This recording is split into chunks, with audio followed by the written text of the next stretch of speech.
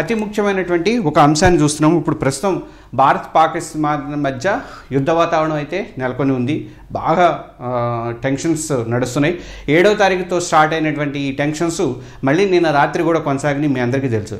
ఈ పరిస్థితులలో పాకిస్తాన్ నుంచి ఒక విచిత్రమైనటువంటి ట్వీట్ అనేది ఒకటి వచ్చింది. పాక్ ఎకనామిక్ అఫైర్స్ డివిజన్ నుంచి మనకి Pakistan appeals to international partners for more loans after heavy losses infected by enemy. మన ఎనిమి అంటారు కదా వాళ్ళు, అలా ఎనిమి అని చూపించుకుంటూ మాకు వారు సిచ్యువేషన్ వచ్చింది కాబట్టి మేము చాలా ఇబ్బందులు పడుతున్నాము, మమ్మల్ని ఆదుకోండి అని చెప్పేసి ముఖ్యంగా వరల్డ్ బ్యాంక్ని రిక్వెస్ట్ చేస్తూ తన పార్ట్నర్స్ని తన గ్లోబల్గా తనతో పాటు ఉండేటువంటి పార్ట్నర్స్ని రిక్వెస్ట్ చేస్తూ ఒక మెసేజ్ అనేది ఒక ట్వీట్ అనేది దీంట్లో పోస్ట్ అయితే అయ్యింది. ఈ ట్వీట్ ఇప్పుడు వైరల్ అవుతుంది. అసలు అంటే ఈ ట్వీట్ని మనం చూస్తే అఫీషియల్గా పాకిస్తాన్ బెగ్గింగ్ చేస్తుంది అని చెప్పుకోవచ్చు. ఇప్పటికే ఆ పాకిస్తాన్ యొక్క ఆర్థిక పరిస్థితి చాలా దారుణంగా ఉంది. వరల్డ్ బ్యాంకు, IMF లాంటి సంస్థలు ఇచ్చేటువంటి అమౌంట్తోనే పాకిస్తాన్ బతుకుతోంది. ఇప్పుడు కొత్తగా ఎకనామిక్ అఫైర్స్ డివిజన్ నుంచి ఈ ట్వీట్ అనేది రావడం ఇది చాలా విచిత్రంగా అనిపిస్తుంది. ఇంకొకటి ఏంటంటే ఇదే టైంలో మనకి వరల్డ్ బ్యాంక్ ప్రెసిడెంట్ అయినటువంటి అజయ్ బగ్గా ఢిల్లీకి కూడా వచ్చారు. ఢిల్లీకి వచ్చినప్పుడు ఆయన ప్రధానమంత్రి మోడీతో నిన్న సమావేశం అనేది జరిగింది.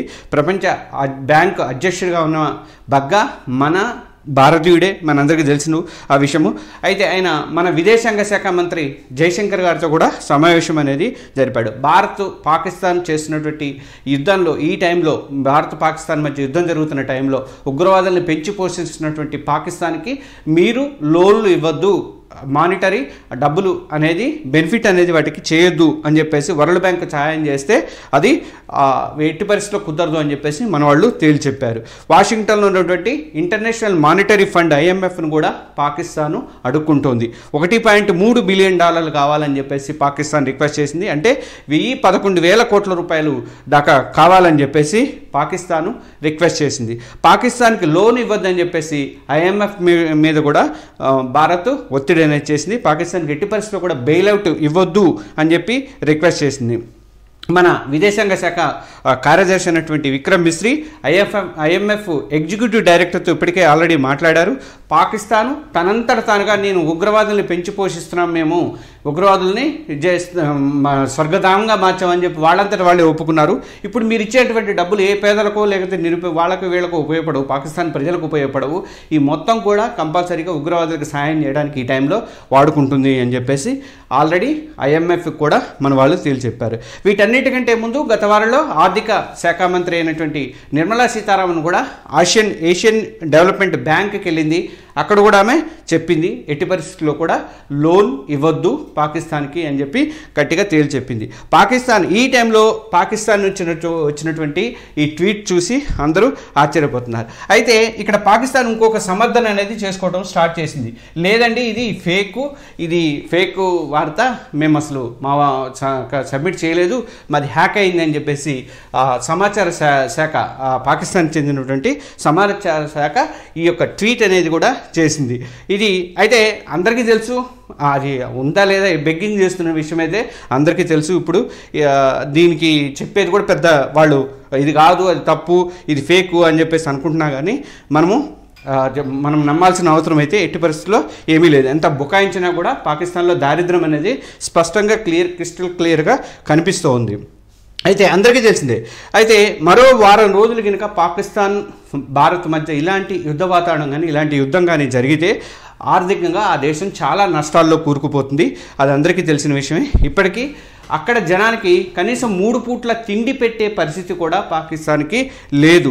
ఇప్పుడు సింధు జలాల నీళ్లు కూడా ఆగిపోవడం వల్ల అక్కడ పంటలు కూడా ఎండిపోతున్నాయి. మన దేశం యొక్క GDP చూస్తే $3.88 ట్రిలియన్ పోలిస్తే ప్రపంచంలో 4వ అగ్రస్థానంలో ఉన్నాం. మనం జపాన్ని నెట్టేసి మనం 4వ అగ్రస్థానానికి వెళ్ళాము. మన ఆర్థిక వ్యవస్థ కంటే పాకిస్తాన్ యొక్క ఆర్థిక వ్యవస్థ 10 రెట్లు తక్కువగా ఉంది. అంటే పాకిస్తాన్ కంటే కూడా మనం 10 రెట్లు హైయెస్ట్లో ఉన్నాము. ఇప్పుడు జపాన్ని కూడా దాటి వెళ్ళిపోతున్నాము. ఇలాంటి టైంలో పెట్టినటువంటి ఈ యొక్క ట్వీట్ అనేది మనకి చిత్రంగా అనిపించింది. చిత్రమేం లేదు, అది వాళ్ళకి అవసరం కూడా ఇప్పుడు. అయితే ఇన్నాళ్ళు ఉగ్రవాదుల్ని పెంచి పోషించడానికే తప్ప జనానికి కనీసం 3 పూట్ల తిండి పెట్టాలని పరిస్థితులలో ఉంది. ఎదుటి దేశం మీద అక్కసి వెళ్ళబెట్టుకోవటం, మన మీద ఉగ్రవాదుల్ని పంపించడము, హఫీజ్ సయీద్ గారు లాంటి వాళ్ళని పెంచి పోషించడము పాకిస్తాన్ చేసుకున్నటువంటి చాలా పెద్ద పొరపాటు.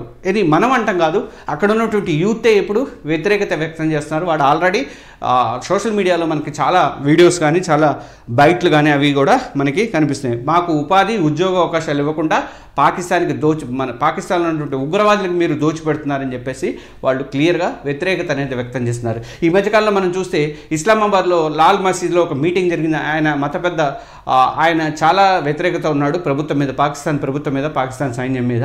మనం అభివృద్ధి మీద దృష్టి పెట్టట్లేదు, మన వాళ్ళ మీద మనమే బాంబులు వేసుకుంటాం. భారత్ ఎప్పుడైనా వాళ్ళ మీద వాళ్ళు బాంబులు వేసుకున్నారా? అలాంటిది. కానీ మన వాళ్ళు మనమే బాంబులు వేసుకుంటున్నాం, మన సైన్యమే చంపేస్తుంది. ఇంత దారుణమైన పరిస్థితి. మీరు పాకిస్తాన్ భారత్ మధ్య యుద్ధం జరిగితే పాకిస్తాన్ తరపున పోరాటానికి దానికి సపోర్ట్ ఇవ్వడానికి మీరందరూ రెడీగా ఉన్నారా అని చెప్పేసి ఆయన మత పెద్ద అడిగితే ఎవరు కూడా చేతులు ఎత్తలేదట.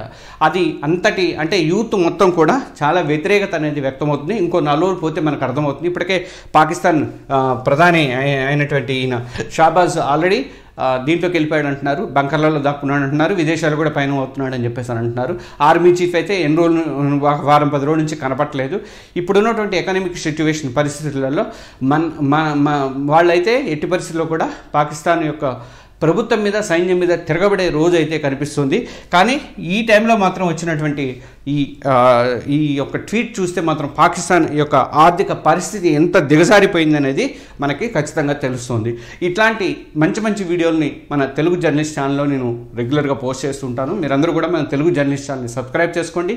ఈ వీడియోని ప్రతి ఒక్కరు కూడా షేర్ చేసి మీ ఫ్రెండ్స్కి అందరికీ కూడా అయ్యేటట్టు చూడండి. ప్రతి ఒక్కరు మాత్రం సబ్స్క్రైబ్ బటన్ మాత్రం నొక్కండి.